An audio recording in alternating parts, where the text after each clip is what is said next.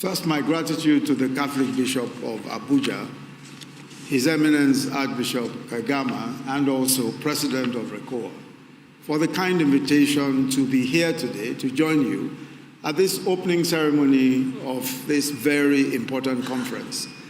I bring you also the very warm greetings and special felicitations of our President, President Muhammadu Buhari, who I also have the privilege of representing here.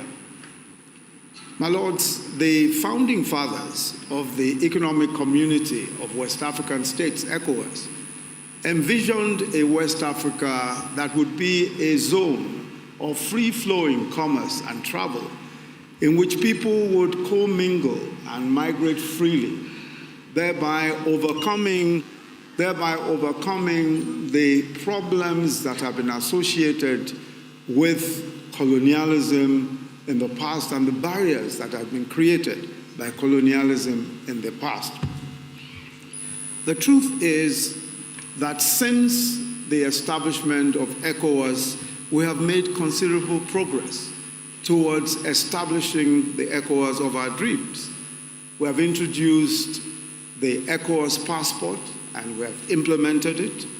We have protocols that allow us to travel from country to country and to stay for 90 days in each of our countries.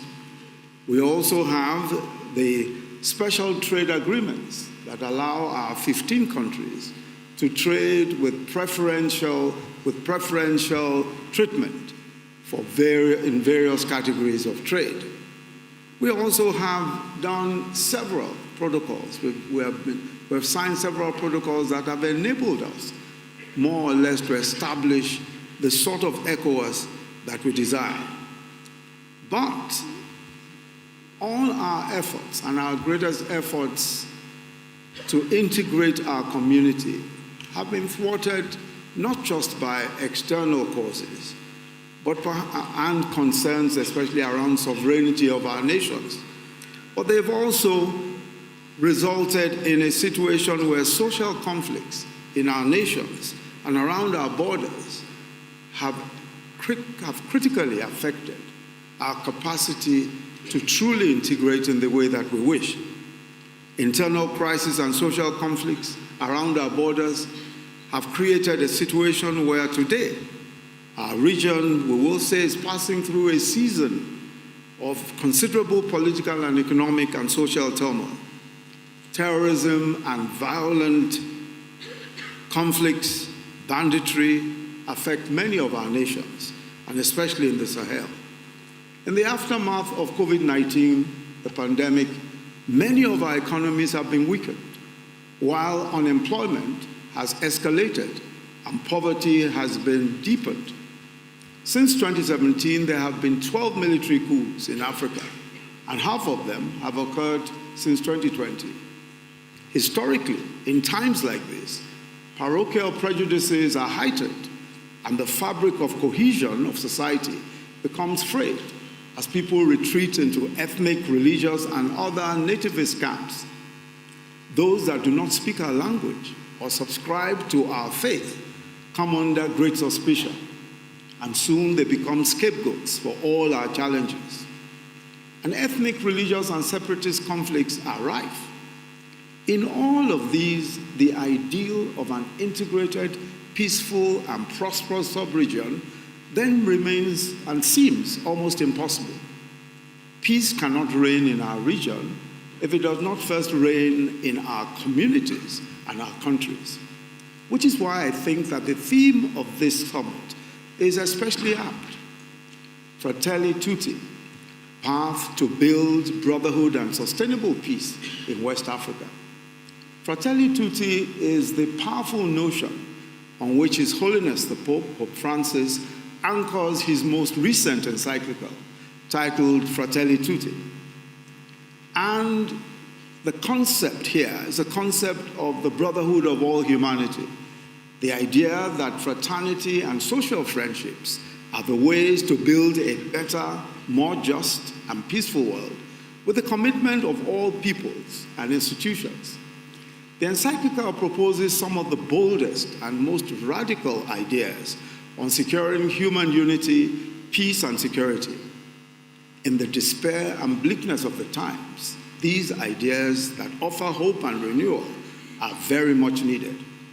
In answer to the challenges that many of our societies face in trying to meld diverse ethnic and religious communities under one flag, the encyclical offers, and I quote, "If every human being possesses an inalienable dignity, if all people are my brothers and sisters, and if the world truly belongs to everyone, then it matters little whether my neighbor was born in my country or elsewhere."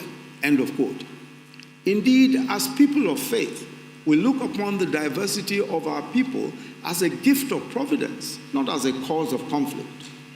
We are gratified that the Church has stood out and continues to stand as a powerful voice for ecumenism all over the world, and is committed to doing so in our region.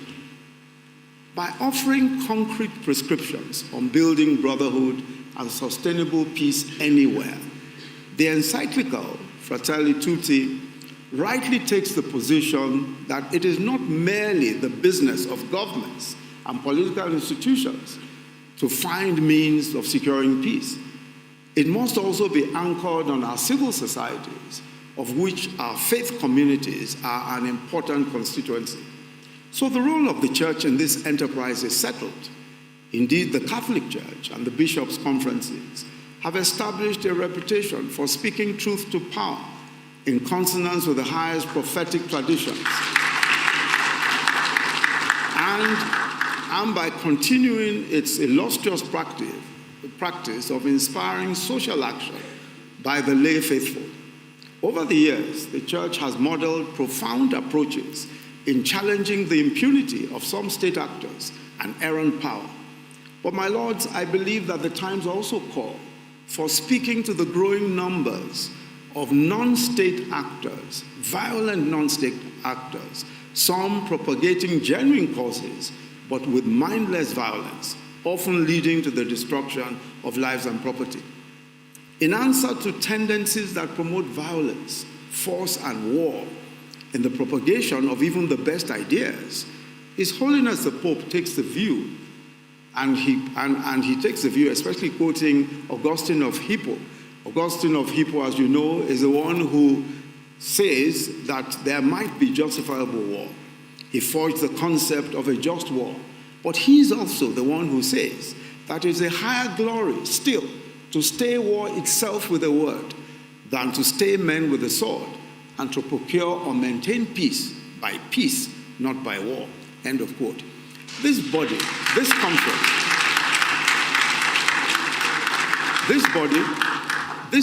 this conference can supply a moral and spiritual consensus that undergirds the very project of integration.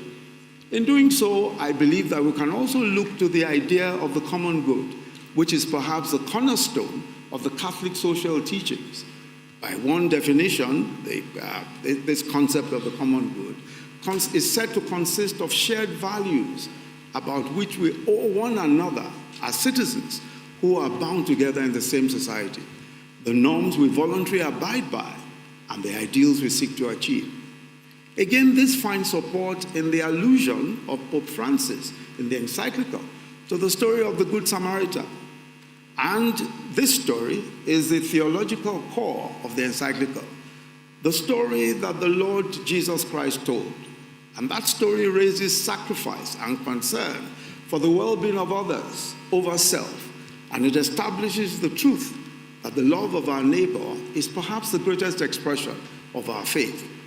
Concern for our neighbors is the moral foundation of social welfare. It is the moral foundation of social security for the poor and the vulnerable.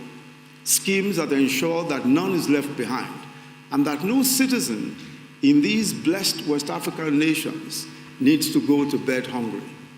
That we must prioritize universal health care while also ensuring free and compulsory basic education. That we must create the environment for millions of young and restless people within our borders to find good-paying jobs and live decent lives. For our own part, the government of Nigeria remains committed to collaborating with the Church and all well-meaning actors in promoting peace and security. And as you begin this conference, I urge you not only to explore ways of strengthening the bonds of faith between your communities, but also building bridges across every divide that threatens to fracture our nations. It's my hope that you will conceptualize the ways of bringing the full weight of the immense moral authority that the Church possesses upon our nations and in this sub-region as a whole. It is evident that we cannot create fraternity and harmony in West Africa without our faith communities. On this note, may I then add my voice to the warm welcome that you received already, and to say welcome home to all of our West African brothers and sisters who are here. Let me also encourage you to enjoy the ambience and the culinary delights of Abuja. I wish you very fruitful deliberations. God bless the Federal Republic of Nigeria. God bless all our nations. God bless ECOWAS, and God bless you all. Thank you.